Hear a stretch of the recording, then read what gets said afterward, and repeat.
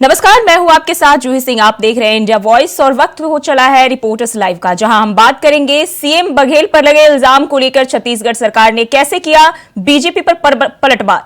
दिल्ली में बढ़ते प्रदूषण को लेकर क्या सख्त नियम किए गए लागू। उत्तराखंड में राष्ट्रपति के दौरे को लेकर कैसी चल रही है तैयारियां। क्यों केदारनाथ धाम को लेकर चल रही है सियासत, और भी बहुत कुछ है खास। तो चलिए शुरुआत करते हैं रिपोर्ट्स लाइव की, जहां ग्राउंड जीरो से हमारे तमाम सहयोगी देंगे पल पल की खबर। मगर सबसे पहले बात करेंगे छत्तीसगढ़ में सट्टे पर भूचाल के बाद सरकार हुई सख्त। क्या है पूरा मामला, बता रही है हमारी सहयोगी स्वीटी दीक्षित।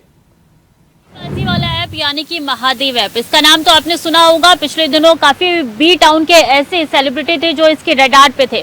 अब ये मामला छत्तीसगढ़ तक पहुंच चुका है। जी हाँ, छत्तीसगढ़ के मुख्यमंत्री खुद इसके रडार पे आते हुए नजर आ रहे हैं। चूंकि छत्तीसगढ़ में इससे पहले आमीन की गिरफ्तारी हुई थी और उसने छत्तीसगढ़ के मुख्यमंत्री का नाम लिया था कि इनका इसमें योगदान है। ये पूरे पैसे हैं, ये छत्तीसगढ़ के मुख्यमंत्री को भी जाते हैं इसमें से कुछ।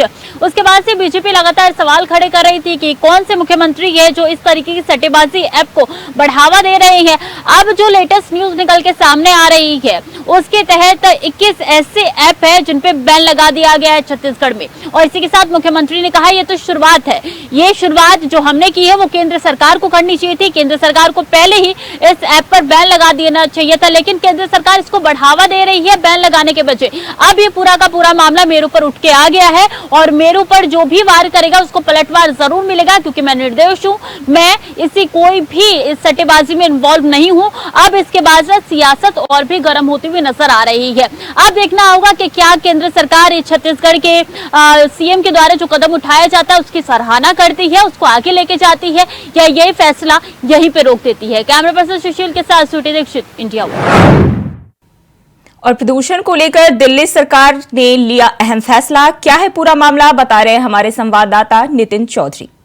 एनसीआर में वायु प्रदूषण के लगातार स्तर बढ़ता हुआ नजर आ रहा है। दिल्ली के मुख्यमंत्री अरविंद केजरीवाल ने ऑड इवन में नंबर भी लागू कर दिया है। बता दें कि जिस तरीके से एयर प्रदूषण में काफी बढ़ते हुए नजर आ रहा था, तो स्कूल की बात की जाए तो स्कूलों को भी जो है बंद करने के आदेश दे दिए गए हैं। लगातार भारी वाहनों को भी रोकने के आदेश दे दिए हैं। दिल्ली एनसीआर में लगातार जिस तरीके से वायु प्रदूषण जो है कंट्रोल नहीं हो रहा है, तो उसको देखते हुए आखिरकार देखना होगा कि दिल्ली सरकार और भी कितने बड़े इसमें कदम उठा सकती है। एनसीआर में बात की जाए नोएडा की, तो नोएडा के अंदर भी लगातार एयर प्रदूषण जो है बढ़ रहा है। उसमें जो कंस्ट्रक्शन के जो काम है उन्हें रोकने का पूरी तरीके से बंद कर दिया गया है और कहा जा रहा है कि लगातार वहां पर पानी का छिड़काव भी किया जा रहा है। और साथ ही नोएडा अथॉरिटी की बात की जाए तो नोएडा अथॉरिटी जो है लोगों से अपील भी कर रही है। वहां पर ही साफ तौर पर कह दिया कि जो कंस्ट्रक्शन का जो काम चल रहा है उसे रोका जाए और उस पर जो है पूरी तरीके से प्रतिबंध लगाया जाए। लेकिन उसके बाद भी लगातार एयर प्रदूषण कम होने का नाम नहीं ले रहा। जिस तरीके से दिल्ली में 1000 से ऊपर पहुंच गया, तो नोएडा की बात की जाए तो नोएडा में 600 के पार पहुंच रहा है। लगातार एयर प्रदूषण को देखते हुए सरकार पूरी तरीके से चिंता में ढकी हुई है। लेकिन उसके बाद दिल्ली के मुख्यमंत्री अरविंद केजरीवाल ने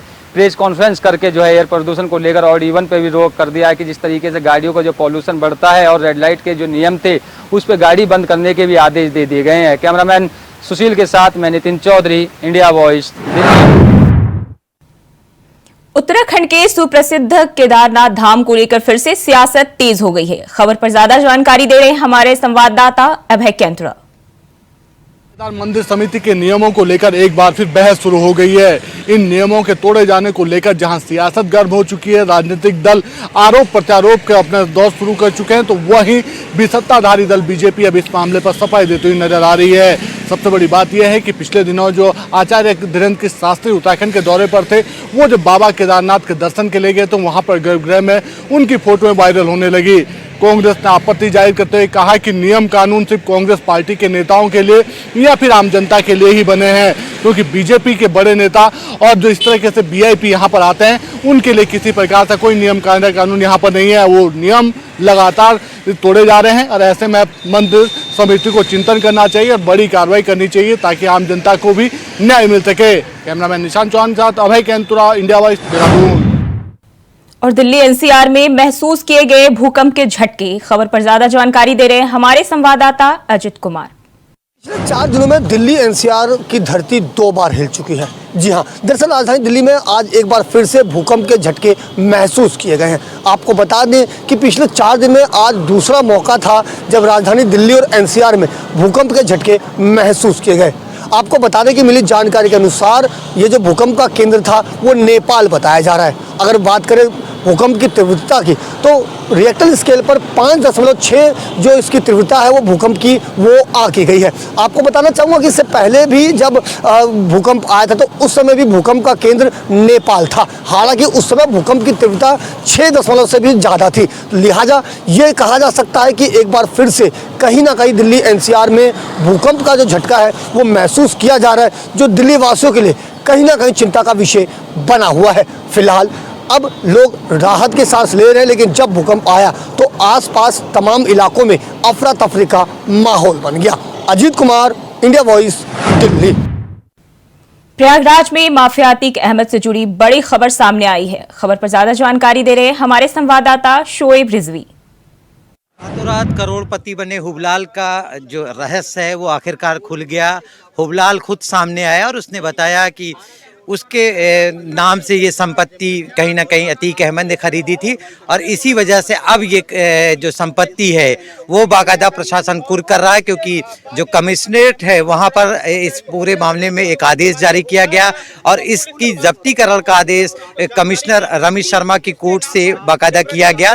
और उसके बाद आज बाकायदा बड़ी संख्या में पुलिस बल यहाँ पर आया और ये बोर्ड देख सकते हैं, ये बोर्ड लगाया गया, बड़ी संख्या में पुलिस बल आए और इसके बाद इस पूरे इलाके को एक तरह से अपने कब्जे में ले लिया। ये पूरी जो संपत्ति है करीब 20 बीघे से ज्यादा की संपत्ति है, 12.5 करोड़ इसकी कीमत बताई जा रही है और ये अतीक अहमद की बेनामी संपत्ति जो राजमिस्त्री हुबलाल के नाम पर थी। काफी दिनों तक ये रहस्य बना हुआ था। आखिरकार हुबलाल सामने आया और वो कमिश्नर की कोर्ट में पहुंचा और वहां पर अपनी अर्जी दाखिल की। उसके बाद कमिश्नरेट ने आदेश जारी करते हुए इस पूरी संपत्ति को जो 20 बीघे से ज्यादा है उसको जब्त करने का आदेश दिया। बड़ी संख्या में पुलिस बल पहुंचा और कह सकते हैं कि माफिया अतीक अहमद पर एक और बड़ा कार्रवाई के साथ ये एक बड़ा ही चोट करने की प्रशासन की कोशिश थी, वो आज पुलिस अमले ने की है और वहां पर बाकायदा बोर्ड लगा दिया। अब ये संपत्ति सरकार की हो चुकी है, तो कह सकती है कि अतीक अहमद पर जिस तरह से लगातार कार्रवाइयां हुई थी, कुछ दिनों तक शांत थी और एक फिर बड़ी कार्रवाई आज प्रयागराज में देखने पड़ी। इसके लिए प्रशासन ने पूरी तैयारी की थी। पुलिस बल के साथ जो ये पूरा इलाका है यहाँ पर पहुंची और यहाँ पर एक बोर्ड लगाया, तो कह सकते हैं कि आने वाले दिनों में अब इस तरह की और कार्रवाइयाँ देखने को मिलेंगी। Shoaib Rizvi, India Voice. दिल्ली के प्रेमनगर से एक दिल दहला देने वाला वीडियो वायरल हो रहा है। खबर की पड़ताल की है हमारे संवाददाता अजित कुमार ने। दिल्ली से एक दिल दहला देने वाला मामला सामने आया है, जहां एक शख्स का क्रूर करने वाला वीडियो सामने आया है। दरअसल दिल्ली के प्रेमनगर थाना इलाके से एक वीडियो सामने आया है जिसमें एक शख्स मासूम बच्ची को पीटता हुआ दिखाई दे रहा है। क्रूरता का अंदाजा इसी से लगाया जा सकता है कि जब बच्ची रोती है, चिल्लाती है, तो वो शख्स जो है बच्ची के मुंह को भी बंद करने की कोशिश करता है और उस पर तुर रही है कि जो शख्स है वो बच्ची को बेल्ट से मारता हुआ दिखाई दे रहा है। आपको बता दें कि ये वीडियो सोशल मीडिया पर बड़ी तेजी से वायरल हो रहा है। मिली जानकारी के अनुसार जो शख्स बच्ची को मार रहा है वो और कोई नहीं बल्कि उस बच्ची का पिता है। दरअसल ये पूरा का पूरा मामला प्रेमनगर थाना क्षेत्र के प्रेमनगर पार्ट 2 से सामने आया है, जिसने वीडियो के बाद से कहीं ना कहीं मानवता पर शर्मसार कर दिया है। आपको बता दें कि लगातार इस मामले में फिलहाल पुलिस तफ्तीश कर रही है, लेकिन उसके बाद से जो युवक है वो घर से फरार हो चुका है। फिलहाल पुलिस लगातार आरोपी के सभी संभावित ठिकानों पर छापेमारी कर रही है और जो पिता है उसकी तलाशी ले रही है। लेकिन आपको बता दें कि अभी तक इस पर पुलिस की तरफ से कोई भी आधिकारिक बयान सामने नहीं आया है, या यूं कहें तो शायद गलत नहीं होगा कि जिले के तमाम आला अधिकारी इस मामले पर अभी कुछ भी कहने से बच रहे हैं। फिलहाल देखना ये होगा कि कब तक जो शख्स है, जो पिता है, वो पुलिस की हिरासत में होता है। और कहीं ना कहीं लेकिन देखना जरूर होगा कि ये क्रूरता भरी वीडियो जिस तरीके से सामने आई है उसने रिश्तों को भी तार तार कर दिया है। मिली जानकारी के अनुसार जो पिता है वो मोची का काम करता है, उसके 4 बच्चे हैं जिनमें से 3 बेटी है और उसी में से एक बेटी को जो पिता है वो बड़ी बेरहमी से मारता हुआ दिखाई दे रहा है, जिसका जीता जागता सबूत जो है वो वीडियो में देखा जा सकता है। फिलहाल पुलिस पूरे मामले की तफ्तीश में जुटी हुई है। Ajit Kumar, India Voice, Delhi. और आगरा में पुराने विवाद को लेकर 2 पक्ष आपस में भिड़े। खबर को विस्तार से बता रहे हैं हमारे संवाददाता आमिर कादरी। में एक ही समुदाय के 2 पक्ष आमने सामने आ गए। पुरानी रंजिश को लेकर एक ही समुदाय के दोनों पक्ष ने एक दूसरे पर जमकर फायरिंग, पथराव कर दिया, जिसके बाद सूचना मिलते ही मौके पर थाना खंदौली इंचार्ज नीरज कुमार मिश्रा अपनी टीम के साथ मौके पर पहुंच गए। मौके पर पहुंचकर स्थिति को संभाल कर घायलों को नीरज कुमार मिश्रा ने हॉस्पिटल में एडमिट कराया, जिसके बाद क्षेत्र में सनसनी फैल गई। लेकिन थाना खंदौली पुलिस टीम ने मौके पर पहुंचकर 3 लोगों को मौके से ही गिरफ्तार कर लिया, जिसके बाद में थाना खंदौली के अंदर एक पक्ष के 6 लोगों के खिलाफ मुकदमा दर्ज किया गया है, जिनको 3 लोगों को मौके से गिरफ्तार कर लिया गया था। 3 लोगों की गिरफ्तारी के लिए आज थाना खंदौली पुलिस ने Agra police commissioner doctor Pratinder Singh के इंस्ट्रक्शन पर ड्रोन कैमरे से आरोपियों की तलाश की जा रही है। लगातार थाना क्षेत्र के अंदर पुलिस फोर्स को डिप्लॉयड कर दिया गया है, शांतिपूर्वक माहौल है, लेकिन आरोपियों की तलाश में थाना खंदौली पुलिस लगातार प्रयास कर रही है। आगरा से आमिर कादरी, इंडिया वॉइस। चंदौली में सर्विलांस टीम को बड़ी कामयाबी मिली है। क्या है पूरा मामला, बता रहे हमारे संवाददाता पवन पांडे।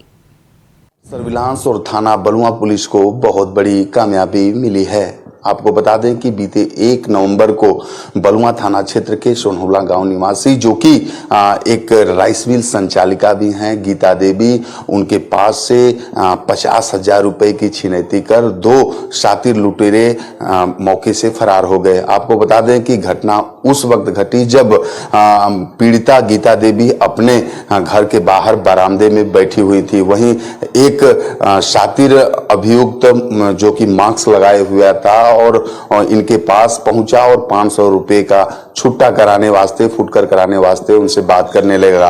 वहीं घात लगाए लुटेरे ने रुपयों से भरा बैग, जो कि एक बैग था उसमें 50,000 रुपए रखा हुआ था, उसको लेकर के मौके से फरार हो गया। वहीं घटना के बाद पीड़िता गीता देवी ने पुलिस को सूचना दिया। पुलिस सूचना पाकर के पुलिस के आलाधिकारी सहित अन्य पुलिसकर्मी मौके पे पहुंचे और जांच पड़ताल करने लगे। घटना के बाद से ही पुलिस लगातार इनकी गिरफ्तारी हेतु प्रयास कर रही थी। वहीं आज बलुआ थाना क्षेत्र के सराय गांव के पास, जहां पे बाबा फलहारी दास मंदिर है, उनके पास से दोनों अभियुक्तों को गिरफ्तार कर लिया है। साथ ही उनके कब्जे से ये लूट के 20,500 रुपए भी बरामद हुए हैं। दोनों शातिर अभियुक्त वाराणसी के चौबेपुर के निवासी बताए जा रहे हैं। आपको बता दें कि इनका जो लूट करने का जो तरीका था वह गैंग बना करके और रेकी करके, यह पहले रेकी करते थे, इनका एक शातिर गैंग भी है और गैंग बना करके ये लूट की घटना को अंजाम देते थे। आपको बता दें कि दोनों अभियुक्त के खिलाफ थाना बलुआ, जो कि चंदौली जनपद के थाना बलुआ में भी ये मुकदमा पंजीकृत है और साथ ही वाराणसी के चौबेपुर में भी मुकदमा पंजीकृत है। पवन पांडे, इंडिया वॉइस, चंदौली। और मथुरा में युवक को लाठी डंडों से पीटने का वीडियो हुआ वायरल। खबर पर जानकारी दे रहे हैं हमारे संवाददाता मोहम्मद फारूक। आज मथुरा में सुबह से एक बहुत तेजी से वीडियो वायरल हो रहा है और उस वीडियो में साफ तौर पर देखा जा रहा है कि कुछ लोग एक युवक को जो है लाठियों से पीट रहे हैं और ये मामला जो है थाना कोतवाली क्षेत्र के भूतेश्वर तराई के पास का है, जहां एक मंदिर है। मंदिर के बाहर कुछ लोग उस युवक को लाठी डंडों से पीट रहे हैं और साफ तौर पर देखा जा सकता है इस वीडियो में कि जो वहाँ लोग खड़े हुए हैं वो सब तमाशबीन है, उसको बचाने का कोई प्रयास नहीं कर रहा है। सारे लोग जो है तमाशा देख रहे हैं, किसी ने उसको बचाने का, ये एक दबंगों द्वारा उस युवक को पीटे जाने की घटना का आज वीडियो तेजी से वायरल हो रहा है। हमने वहाँ जानकारी करी जाकर, लेकिन वहाँ पर कोई लोग नजर नहीं आए, किसी का भी पता नहीं चल पाया है और ये भी बात नहीं निकल के आ पाई कि क्यों उस युवक को बुरी तरह बेरहमी से लाठी डंडों के साथ में पीटा जा रहा था। इंडिया वॉइस के लिए मथुरा से मैं मोहम्मद फारूक। रायबरेली में अज्ञात बदमाशों ने दलित नाबालिग की पिटाई की। क्या है पूरा मामला, खबर की पूरी जानकारी दे रहे हैं हमारे संवाददाता राजू तिवारी। जिले में लगातार आपराधिक घटनाओं की बाढ़ देखने को मिल रही है और लगातार दबंगों के हौसले बुलंद भी देखने को मिल रहे हैं। बता दें कि भले ही एसपी रायबरेली आलोक प्रियदर्शी के द्वारा रायबरेली जिले की पुलिसिंग व्यवस्था को सुदृढ़ व चुस्त दुरुस्त बनाए रखने के लिए अपने मातहतों को निर्देश दिए जा रहे हो, लेकिन स्थानीय पुलिस वालों की निष्क्रियता के चलते आए दिन नए नए ऐसे मामले सामने आ रहे हैं जहां पर सरेआम पुलिस पर सवाल खड़े हो रहे हैं। एक ऐसा ही मामला रायबरेली जिले के लालगंज कोतवाली क्षेत्र के मीठापुर गांव का है, जहां पर एक दलित नाबालिग युवक अपनी खेत की रखवाली करने गया था तो कुछ चोरों के द्वारा उसके साथ मारपीट की गई व उसके गले में रस्सी बांधकर जान से मारने का प्रयास किया गया। बता दें कि घायल शुभम पीड़ित युवक के द्वारा बताया गया है कि वो अपने खेत की रखवाली करने गया था तो चोरों द्वारा एक घटना को अंजाम देने का प्रयास किया जा रहा था और उसमें उस युवक से सहयोग करने की बात कही गई थी। तो युवक ने सहयोग न करने की बात कही तो ये चोरों को नागवारा लगा और उसकी पिटाई कर दी और उसको जान से मारने का प्रयास किया गया। वहीं युवक के द्वारा चीखने चिल्लाने के बाद चोर वहां से भाग निकले, लेकिन गंभीर हालत में युवक ने वहां से अपने आप को भागकर अपनी जान बचाई और किसी तरह से उसकी जान बच पाई। हालांकि उसको नजदीकी सामुदायिक स्वास्थ्य केंद्र ले जाया गया जहां उसकी हालत नाजुक बनी हुई थी तो डॉक्टरों के द्वारा उसे जिला अस्पताल भेज दिया गया जहां उसका प्राथमिक उपचार किया गया और अभी भी उसकी हालत नाजुक बनी हुई है। वहीं इस पूरे मामले के बाद पुलिस ने पूरे मामले की पड़ताल करने की बात कह रही है। हालांकि अब देखने वाली बात होगी कि ऐसे चोरों के खिलाफ किस तरह की कार्रवाई की जाएगी और लगातार पुलिस एसपी आलोक प्रियदर्शी की कसौटी पर खरे न उतरने वाले इन पुलिस कर्मियों पर किस तरह की कार्रवाई की जाएगी। बता दें कि लगातार ऐसे मामले सामने आ रहे हैं जो लगातार पुलिस को संदेह के घेरे में खड़ा कर रहे हैं। Raju Tiwari, India voice, Raebareli. और फिलहाल के लिए रिपोर्टर्स लाइव में बस इतना ही। खबरों के लिए बने रहिए इंडिया वॉइस के साथ।